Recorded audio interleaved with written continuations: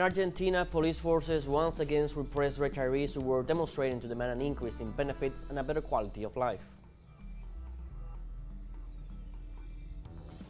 In France, the leaders of 30 of Ukraine's allied countries gathered in Paris for a summit aimed at boosting the regime's security ahead of a potential ceasefire deal with Russia. A leader of the Axis of Resistance called for a worldwide mobilization in support of Palestine on the occasion of Jerusalem Day.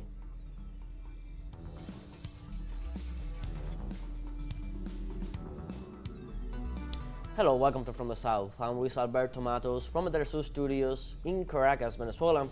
We'll begin with the news. Stay with us.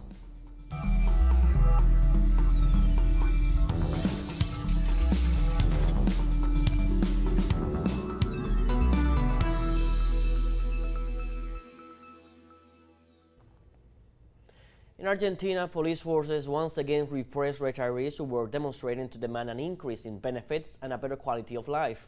Demonstrators denounced being attacked and pepper sprayed by the police authorities. The retirees were demanding an increase in their pensions and the restitution of benefits in the midst of the adjustment made by the government of Javier Milei. These incidents generated indignation in political and human rights sectors, which demanded respect for the right to protest. Also during the demonstration, a photographer was beaten by officials on a motorcycle.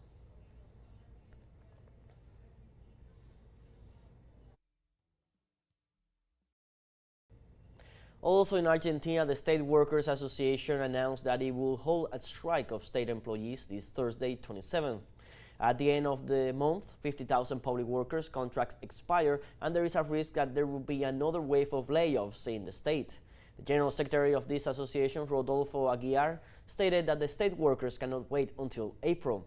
This Thursday's march will start at noon and will go from the Secretary of Labor to the Ministry of Deregulation at a time of strong fall in the evaluation of Milei's administration. It will be one more protest activity in the series of protests that started with the mobilization in defense of retirees.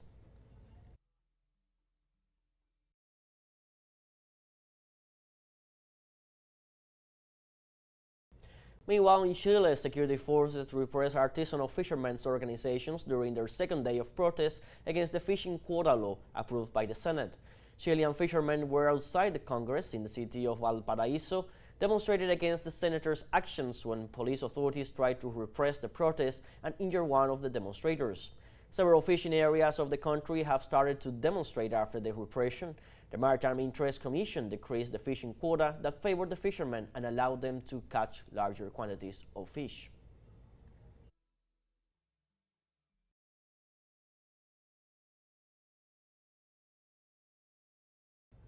And on Wednesday, the Brazilian Supreme Court judges unanimously accepted the complaint against former President Jair Bolsonaro and 7 other people, ordering them to stand trial for allegedly orchestrating a violent plot to seize power through a military coup.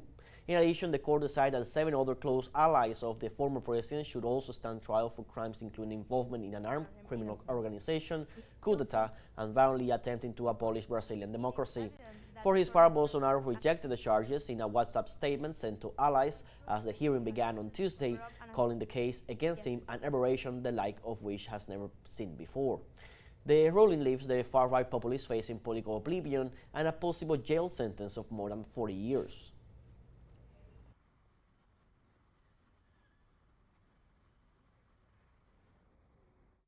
And during his last day of a state visit to Japan, Brazilian President Luiz Inácio Lula da Silva declared that justice must be done in the trial of former President Jair Bolsonaro accused of plotting a coup d'etat. Ainda na sociedade brasileira. Eu só espero que a justiça faça justiça. I only hope that justice is served. If he is declared innocent, then let the judge declare him innocent. If he is guilty, let him be punished. It is evident that the former president attempted a coup d'etat in the country. All the evidence proves that he attempted to cover up an assassination, the assassination of a vice president, the assassination of the vice president of the Electoral Tribunal of Brazil. And everybody knows what happened in this country. Now he's talking nonsense, claiming that he is a victim of corruption. He knows what he did.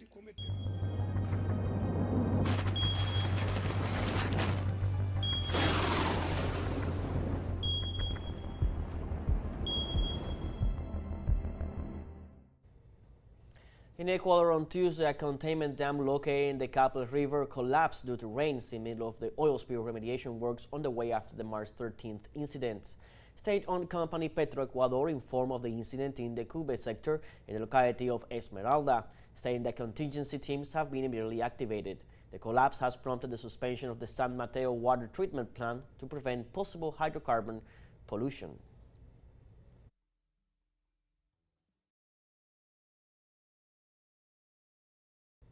We now have a first break coming up. Remember always to join us on our TikTok. We're going to be right back, so don't go away.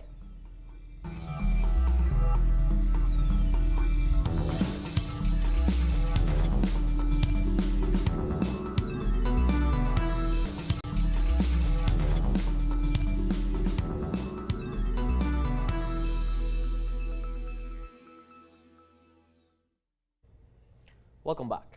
In El Salvador, the exception regime reaches its third anniversary after its approval to combat gangs on March 27, 2022. The humanitarian legal aid organization will offer on Thursday a conference on presumed serious human rights violations under this measure proposed by the government and approved by a majority vote by the Legislative Assembly. A report will be aired on the cause of death of nearly 400 Salvadorans in the country's prisons, many innocent people never profiled as gang members.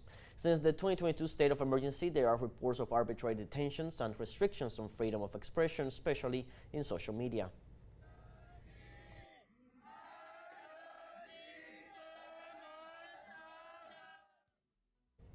And in Mexico, people mobilized to demand justice for the 43 students of the Ayotzinapa Rural Normal School who disappeared on the night of September 26 and early morning of September 27, 2014. 10 years and 6 months after their disappearance, the family of the students continue to demand justice. They urge the extradition of several accused of for participating directly in the events or for fabricating the so-called historical truth with false elements, in addition to recovering the connection between organized crime groups and the army as a line of investigation. It should be noted that the demonstration is part of the 126th Global Action for Ayotzinapa and Mexico to demand truth, justice, and jail for those responsible.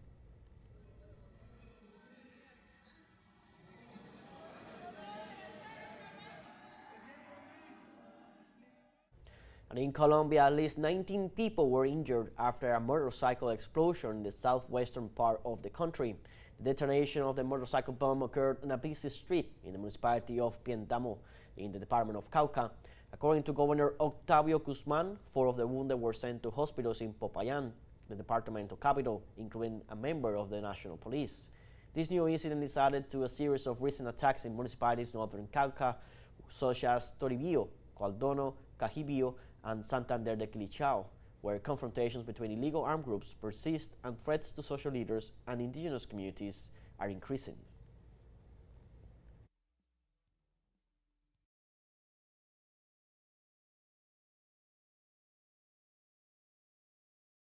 Se escucha una explosión. We heard an explosion. We learned about the site and the location at the fire department. We learned that it was an attack against the police station in Piendamo. After a minute, we start to see flames, people, chaos, and reports of injuries at the sites. And U.S. President Donald Trump announced that he will impose tariffs of 25% on all automobiles not produced in the United States, a new measure that intensifies the trade war initiated by his administration. From the office of the White House, the U.S. President emphasized that this measure will begin gradually with a base of 2.5% until reaching 25% until recovering all that was taken from the country. He also emphasized that the decision will take effect on April 2nd and indicated that it is permanent 100% on their hand. He indicated that for automobiles produced in the United States, he will evaluate methods that allow tax relief to consumers.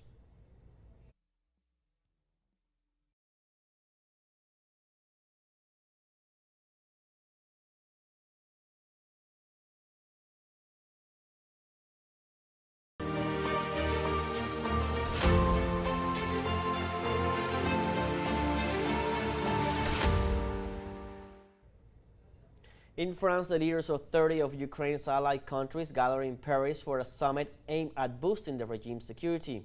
The meeting's agenda includes the discussion of Europe's plan to support Ukraine ahead of a potential ceasefire deal with Russia. Convened by French President Emmanuel Macron, the heads of states are expected to hold further talks on the security guarantees their nations could offer Ukraine, including the possible deployment of military forces. In addition, the summit will address the ongoing U.S.-Russia negotiations and discuss the Eurasian countries' ceasefire demands, among them the halting of existing sanctions.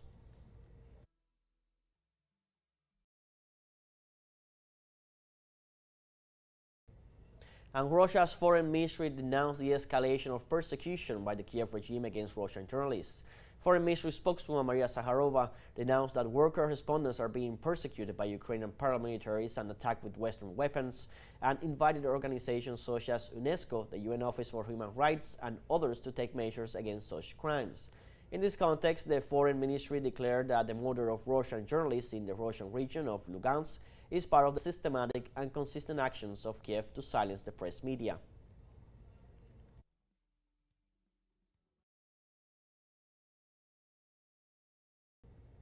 And Russia remembers the 57th anniversary of the death of Yuri Gagarin, a Soviet cosmonaut who in 1961 became the first man to travel into space.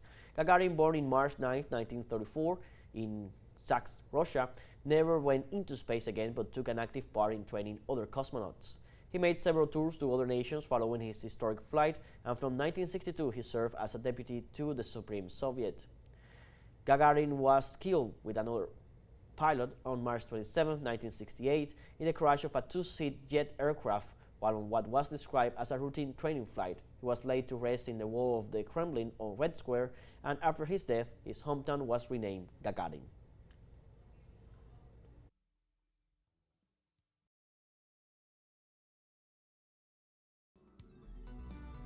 We now have our second and final short break. Also, remember to visit us on our Facebook page to follow everything that is happening around the world. We're going to be right back.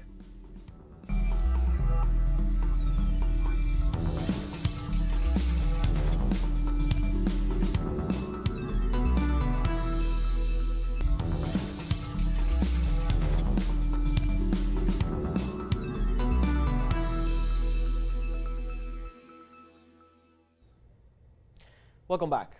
Leaders of the Axis of Resistance called for a worldwide mobilization in support of Palestine on the occasion of Jerusalem Day. During the virtual event in Jerusalem, the Secretary General of the Islamic Jihad movement, Ziad al-Nakhala, called for unity, an end to the Israeli genocide, and the liberation of Palestine. He also reiterated the commitment to the release of Palestinian prisoners and the withdrawal of the occupation army from Gaza. In this context, the leader of the Hamas movement, Khalil al-Hayya, asserted that the resistance has demonstrated its military and political initiative despite all the destruction, the blockade, and hunger imposed by the Israeli regime.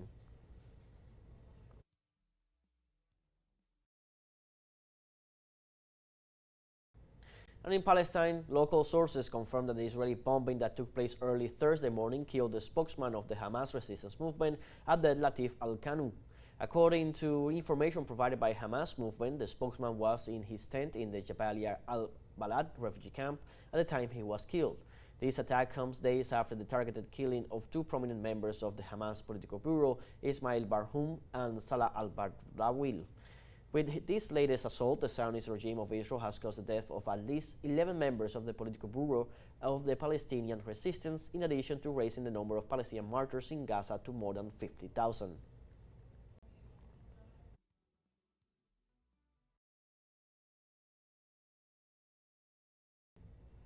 Meanwhile, in the United States, immigration authorities detained a Turkish doctoral student who last year published an article in which she called on her university to stop funding companies linked to Israel. According to images distributed on social media, the 30-year-old student, Rumeisa Ostuk, was intercepted by a group of hooded agents who handcuffed her before taking her away. According to U.S. press media, Oskur is listed as the author of an opinion piece published in the Tufts College newspaper, in which, in addition to criticizing the school's leaders, she demanded recognition of the Palestinian genocide. In this context, the Undersecretary of the Department of Homeland Security, Tricia McLaughlin, assured that in her X account that Oskur was involved in activities in support of Hamas, although she did not provide any evidence of this.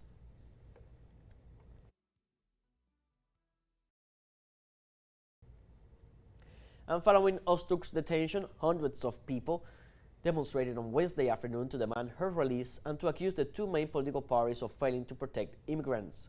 Federal District Judge Indira Talwani issued an order setting a deadline of Friday, March 28th for the government to report the whereabouts and motive behind Ostuk's detention.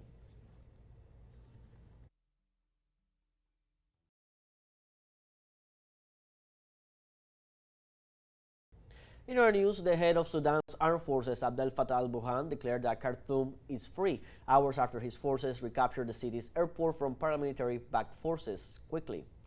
After touring the airport, the army chief spoke on Wednesday from the presidential palace, which government forces recaptured on Friday, after almost 2 years of war in which it was in the hands of the paramilitary rapid support forces. According to local media, they are still in control of most of the Darfur region and other areas of the country. The war that began in April 2023 has left more than 60,000 people dead, around 12 million displaced, while more than half of its population faces high levels of acute hunger and basic services have collapsed.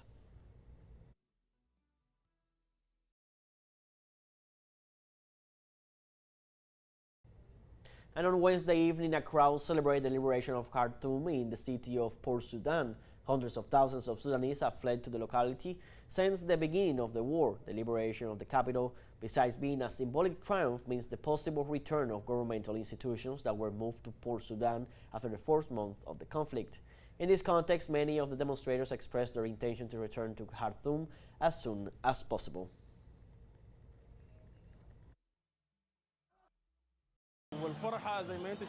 It is a moment of joy, an indescribable moment, after 2 years of suffering and displacement due to this brutal war, imposed on the Sudanese people by a group that caused the loss of the rights.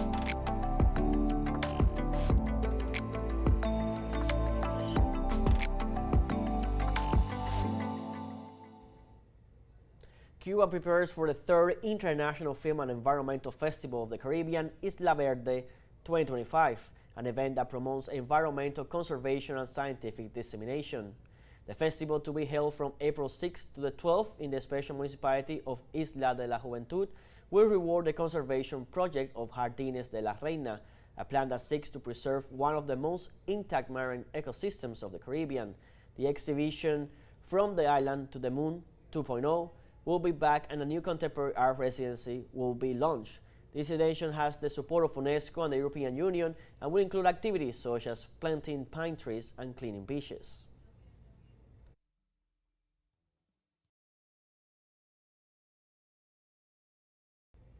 And in Mexico, Puebla celebrates World Theater Day with a marathon that will include 27 performances by 15 national and international companies. The director of the Municipal Institute of Art and Culture of Puebla, Anel Nochebuena, announced that from March 26th to the 30th, people can enjoy free plays in Puebla de Zaragoza, where acting workshops will also be offered at an additional cost. The City Theater, the Construarte Cultural Center, El Zócalo, and the Popular Autonomous University of the State of Puebla are among the venues that will host the presentations. In this opportunity, the billboard will include plays such as Blind Love Love, Little Red Riding Hood, and The Big Bad Wolf, The Little Lost Lion, and The Scala di Seta.